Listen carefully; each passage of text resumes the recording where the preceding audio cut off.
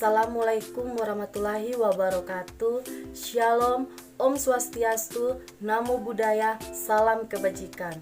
Perkenalkan, nama saya Desi Natalia Langi dengan NIM 2214201047. Fakultas Keperawatan. Saya mahasiswa aktif di Universitas Pembangunan Indonesia Manado.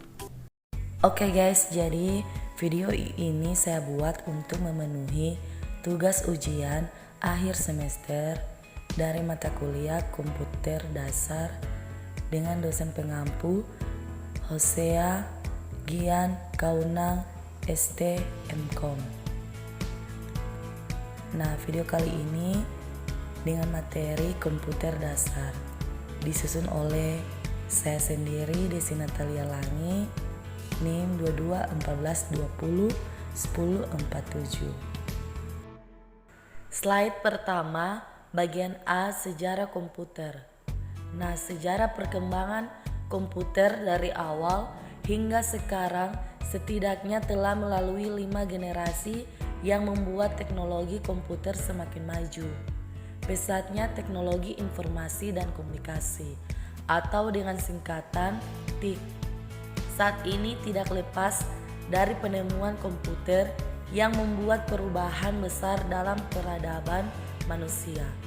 Banyak hal yang dulunya jika dikerjakan secara manual agak merepotkan, kini dengan mudah dilakukan melalui perangkat komputer.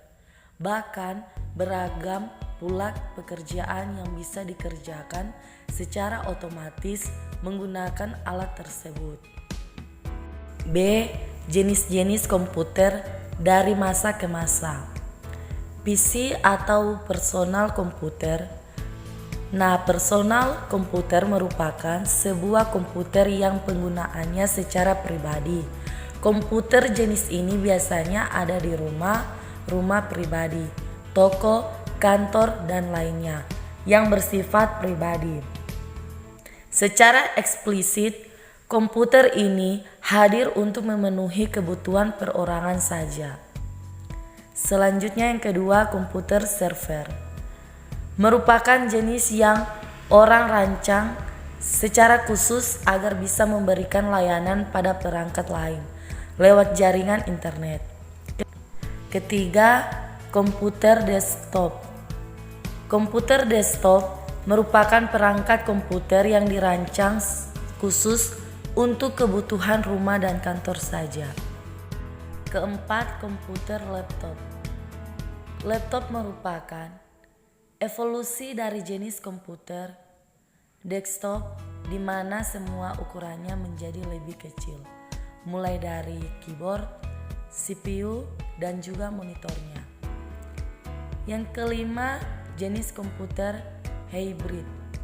Laptop merupakan evolusi dari jenis komputer desktop di mana semua ukurannya yang menjadi lebih kecil, mulai dari keyboard, CPU, dan juga monitornya.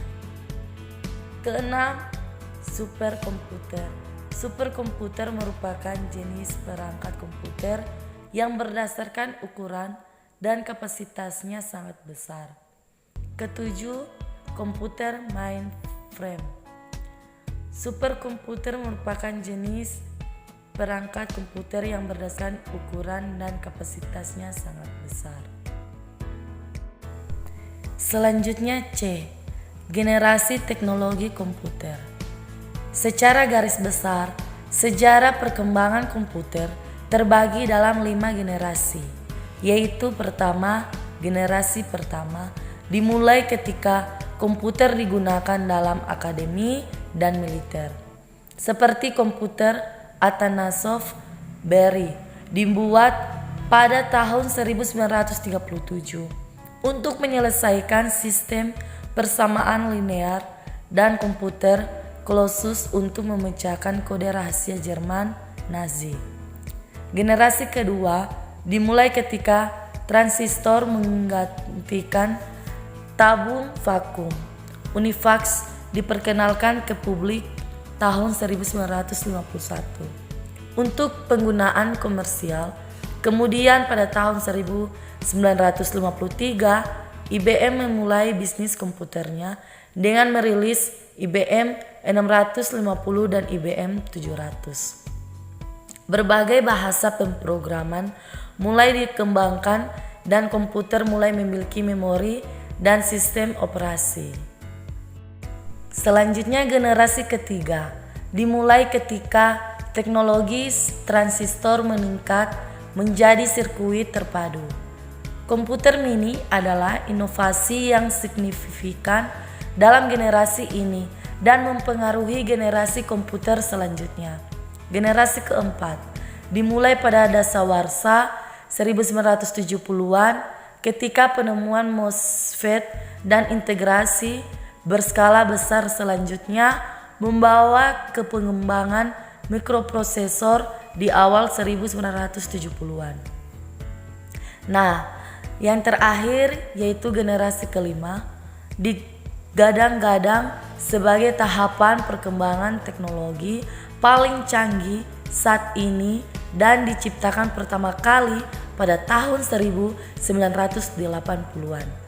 Peningkatan dari segi visualisasi menjadikan tampilan visual pada komputer di generasi kelima mempunyai resolusi sangat tinggi dan begitu tajam. Slide selanjutnya bagian D, penjelasan jenis dan fungsi hardware dan software. Fungsi hardware secara umum, fungsi hardware dibagi menjadi beberapa bagian. Kemudian pada bagian pertama hardware berfungsi sebagai penerima input. Kemudian dari fungsi input ini nantinya akan menjadi sebuah proses pengolahan informasi yang bisa berwujud data ataupun informasi. Setelah mendapatkan proses penerimaan data dan informasi, maka tahapan berikutnya adalah pengolahan. Selanjutnya adalah software. Perangkat lunak ataupun software menjadi satu komponen penting di sistem komputer ataupun smartphone. Software sendiri menjadi sebuah perangkat lunak yang berwujud program ataupun aplikasi yang mampu menjalankan semua perintah sesuai dengan fungsi masing-masing. Bagian E, tipe atau jenis penyimpanan pada komputer, dengan kata lain media atau perangkat. Nah, yang pertama penyimpanan magnetik atau disebut dengan bahasa lain yaitu magnetic disk. Penyimpanan magnetik merupakan media penyimpanan yang termasuk ke dalam penyimpanan sekunder, secondary storage, yang paling banyak dipakai pada sistem komputer modern.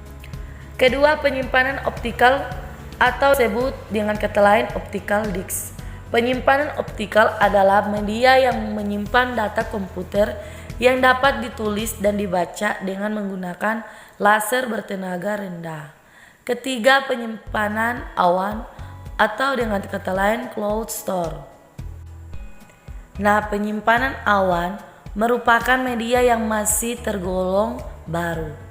Media ini bersifat online dan tidak menggunakan kapasitas data memori pada perangkat karena mereka menggunakan penyimpanan yang terdapat pada internet.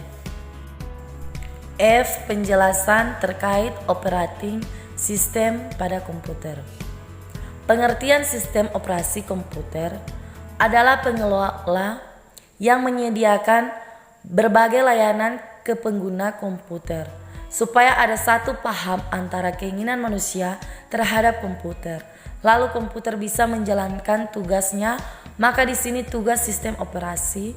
Sistem operasi harus ada supaya kinerja suatu mesin atau komputer itu bisa berjalan dan menghasilkan sesuatu dengan baik. G. Fitur utama atau penting apa yang selalu ada di setiap sistem operasi komputer. Nah, sistem operasi menyediakan suatu pustaka dari fungsi-fungsi standar di mana aplikasi lain dapat memanggil fungsi-fungsi itu, sehingga dalam setiap pembuatan program baru tidak perlu membuat fungsi-fungsi tersebut dari awal. Sistem operasi secara umum terdiri dari beberapa bagian. Pertama, mekanisme boot, yaitu meletakkan kernel ke dalam memori. NAS yaitu kernel, yaitu inti dari sebuah sistem operasi. Command interpreter atau shell yang bertugas membaca input dari pengguna. Pustaka-pustaka yaitu yang menyediakan kumpulan fungsi dasar dan standar yang dapat dipanggil oleh aplikasi lain. Driver untuk berintegrasi dengan hardware eksternal sekaligus mengontrolnya. Software Microsoft Word. Microsoft Word merupakan program aplikasi pengolah kata atau disebut word processor yang biasa digunakan untuk membuat laporan, membuat dokumen berbentuk surat kabar, membuat label surat, membuat tabel pada dokumen, dan masih banyak lagi dokumen-dokumen lain yang biasa dibuat dengan menggunakan Microsoft Word. Yang pertama, sebutkan apa saja fungsi atau menu atau tools yang penting untuk diketahui dalam menggunakan aplikasi pengolah kata Microsoft Word. Nah, fungsi Microsoft Word secara umum, Microsoft Word digunakan untuk membuat, mengedit, dan menyimpan dokumen. Tapi ada banyak hal yang bisa kamu lakukan dengan Microsoft Word. Bukan cuma untuk sekedar menulis laporan, cerita, atau lainnya. Berikut beberapa fungsinya. Yang pertama, membuat dokumen. Kedua, mengedit dokumen. Selanjutnya yang kedua, jelaskan kenapa fungsi-fungsi tersebut begitu penting menurut Anda. Menurut saya, fungsi-fungsi di atas sangat penting dan bahkan sangat membantu mahasiswa dengan segala tugas yang diberikan oleh dosen, terlebih untuk membuat seperti dokumen, laporan, dan sebagainya. Kita dipermudah dengan menggunakan fitur tools dari Microsoft Word ini. Oke guys, jadi inilah materi yang saya dapat paparkan, singkat, jelas, dan padat. Dan saya ucapkan terima kasih telah menonton video saya tentang materi komputer dasar. Nah, di sini saya akan mempromosikan kampus saya yang berada di kota Manado, Provinsi Sulawesi Utara, yaitu Kampus Universitas Pembangunan Indonesia Manado. Selamat datang di Universitas Pembangunan Indonesia Manado yang terletak dekat dengan kawasan bisnis Bahu Mall Manado. Tempatnya di Kelurahan Bahu, Lingkungan 3 Manado, sangat strategis di pusat kota Manado. Dibangun di atas lahan seluas 2,5 hektar, Universitas Pembangunan Indonesia Manado berdiri megah dengan ruangan 7 lantai, terdiri dari ruangan kelas, ruangan kantor, perpustakaan, laboratorium komputer, laboratorium keperawatan, pengadilan semu, dan laboratorium bahasa, kantin, serta rooftop di lantai atas.